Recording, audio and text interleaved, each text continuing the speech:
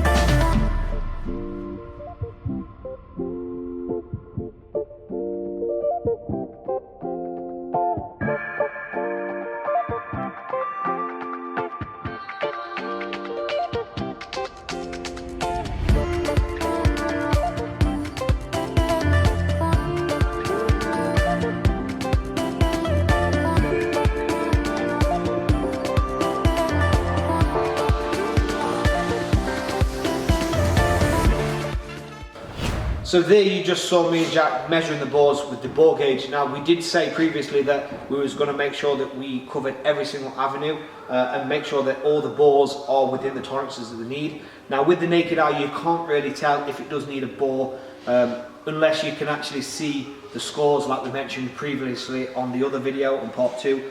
Now with that being said, we've obviously measured the bores. Now cylinders 1, 2 and 3 come back at 78.90 to 78.93. There's a 0.3mm discrepancy between them.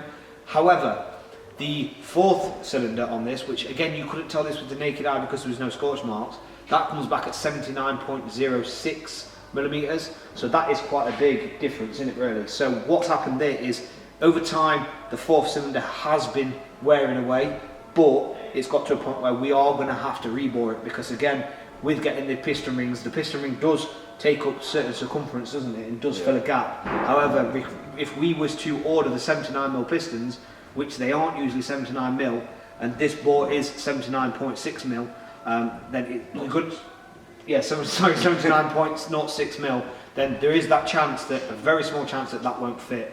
So to be on the safe side, it does need a rebore. We do need to go for the 79.5mm pistons. The difference between the 79, the 79.5 and the 80mm, one isn't for bigger power.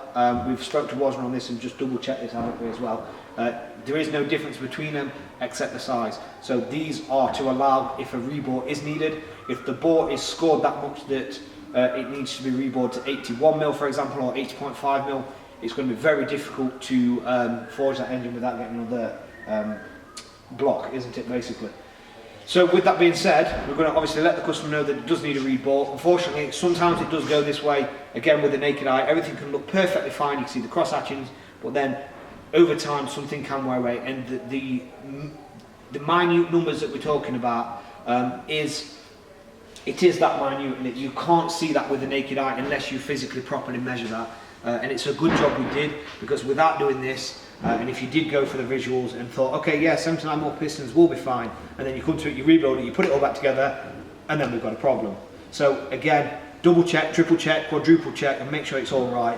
And with that being said, we're then going to now order these pistons, because we know what size we need, wait for them to come, and the block's going to get sent off with the pistons so they can be bored out to the exact size that they need, and then we're going to go and collect them and continue this video in 2 seconds. Alright, so we've had to switch the GoPro, so apologies if you can't hear us very well, but it's time to go and fetch the block.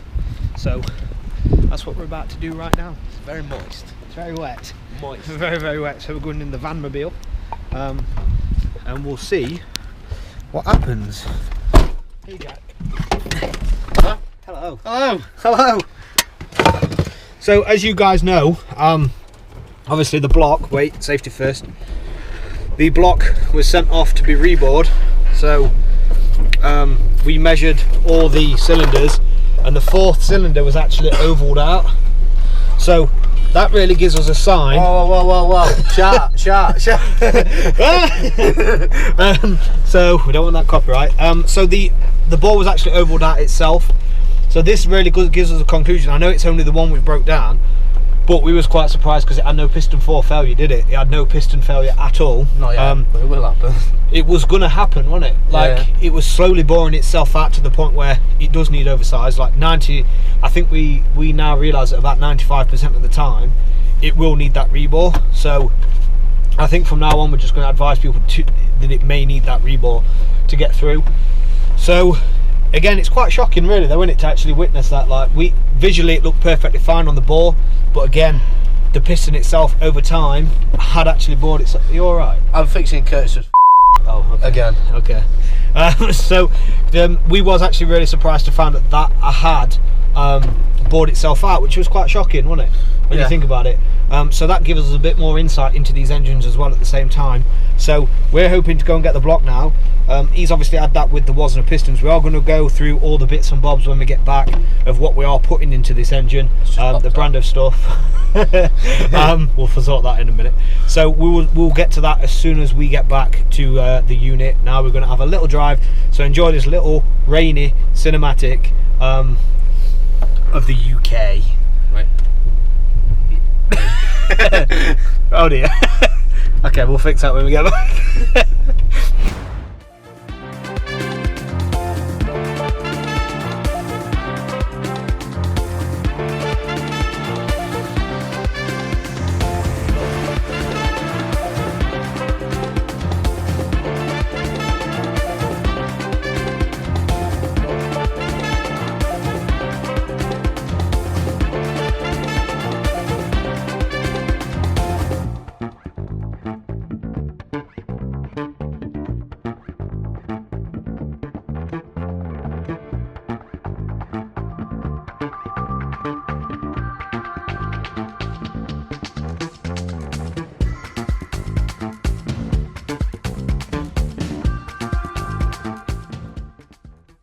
Alright, so we're pretty much nearly here now.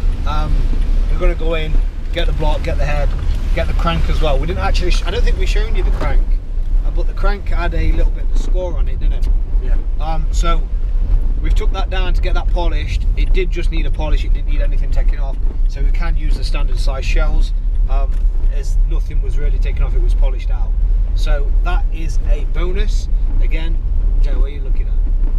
You're looking at how much they can see, aren't you? Yeah. I bet they can see out every single window. So yeah, we have to obviously get the crank polished as well, which we didn't expect to do, but again, it's one of the things that now we know as well, it can happen, then we can actually like allocate for that at the same time.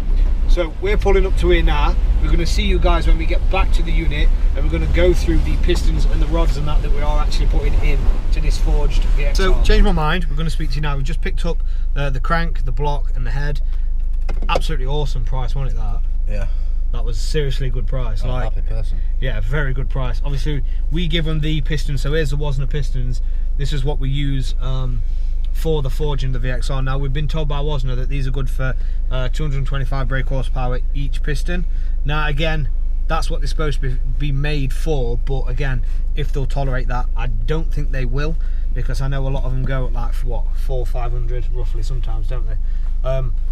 But that's what Wasner claimed that they are actually good for. So we'll go through all this stuff when we get back. Now, this obviously been bored to 79.43 millimeters, which gives a 0.07 millimeter clearance.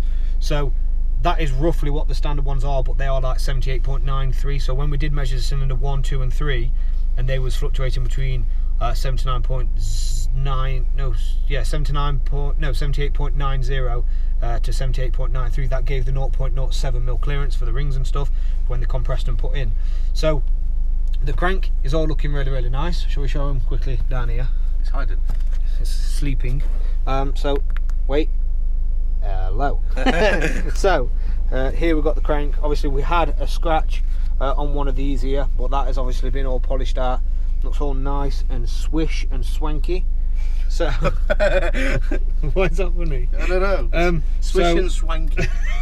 So what we're going to do now is we're going to head back. We've got to go and pick up a part for the Aristo on the way, which you guys would have already seen the finished completed thing for that. So enjoy that old video. If you haven't seen that, it's up here. So go and have a watch of that.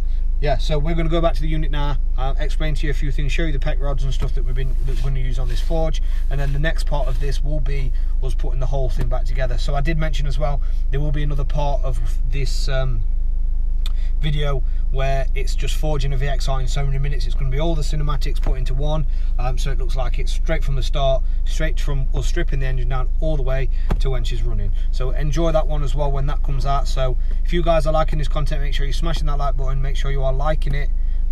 That didn't make no sense. I said smashing that like button and liking it. Well, you know what I'm on about. So make sure you subscribe and your bell icon is on as well. So we'll see you guys in 2 seconds. So we're back at the unit now. We are using the GoPro again because for some reason one of the SD cards don't work in a super duper camera, and Curtis has got them. You just dropped one. At home? No. But we got the block back, the crank and the head. So we're going to show you this. Obviously we're going to clean these up as well again, just as another precaution before it all goes back together. So we're going to switch around right now, just that simple, and show you everything that's been done. So you can see here it's all been nice. Wait 1 second, there we go. So you can see it's all been nicely skimmed up. Looks all nice and fresh, which is absolutely awesome. All nice and clean as well. So if we jump to the block as well, the block's had a rebore, which Had a rebore. Jack, let's get a torch. We need a torch. Torch. Let's go. So if we can look inside here, do you remember in this part 2 what we was talking about, the hatch? To fit fist now. Yes. But you remember the hatch pattern that was talking about? You can see there, it's all nice and fresh, all nice and amazing. Looks absolutely awesome. So again, this is going to get cleaned up again before it goes on the car. I just want to make that very, very clear to people. We will clean it up thoroughly before it does go on, so don't panic there. Then obviously the crank, we did show you this quickly in the car as well. This has obviously all been polished up. So Jack's going to go ahead and get them rods and bring them over here while we have a wander. Rods are here. Yeah, bring them over here. Oh, okay, yeah. Bring them over hither. We're not showing on these yet. Nope, we haven't shown them anything. So we can see here we've got the Wasner pistons. So you saw these briefly in the car. These are the 79.5mm pistons. They come with all the rings, which we will be gapping the rings again. Some people think we don't, but we do. You've also got a lot of the instructions on here as well. You do get these with it, like some clearance stuff. Obviously with the ring gaps as well, you need to obviously know if you're running nitrous oxide or anything like that, or using it for drag or all that sort of stuff. So the rods that we are using, Jack's going to place nicely right here. Let's get some show lighting, Jack. Thank you very much. So here we've got the PEC rods. So again, these are all good for a good serious amount of power. Again, like I said, Wasner do recommend that they are good for 225 per piston, but again, whether it will withstand that, that's a different story. So let's get you a little bit closer. on the gimbal with the GoPro. So you can see how nice that they look along with the pistons, which is absolutely awesome. So what's going to happen now is we're going to cut this part right here. Thank you guys for coming along for this journey. We sincerely appreciate it. Remember, if you guys want your VXR forged, drop us a message down below. We can sort you out. Not just VXRs we forge, we can forge pretty much any car. As long as we can get the pistons for them and the rods and everything, we can pretty much forge a lot of things. We've had a few requests for the courses as well. And if you do watch Lockwood's channel, he has obviously been down here and he's talking about a forge. So you may see that from us, forging his Evo. I'm saying that because he has announced that publicly already on his Instagram. Because if he didn't, I wouldn't be saying anything. But he is thinking about that. So whether he does that, we'll see. If he does, you'll see that on our channel as well. So we are going to jump straight into rebuilding this and start recording part 4 for you guys. Smash that like button, comment down below, and we're going to have some fun with these pistons.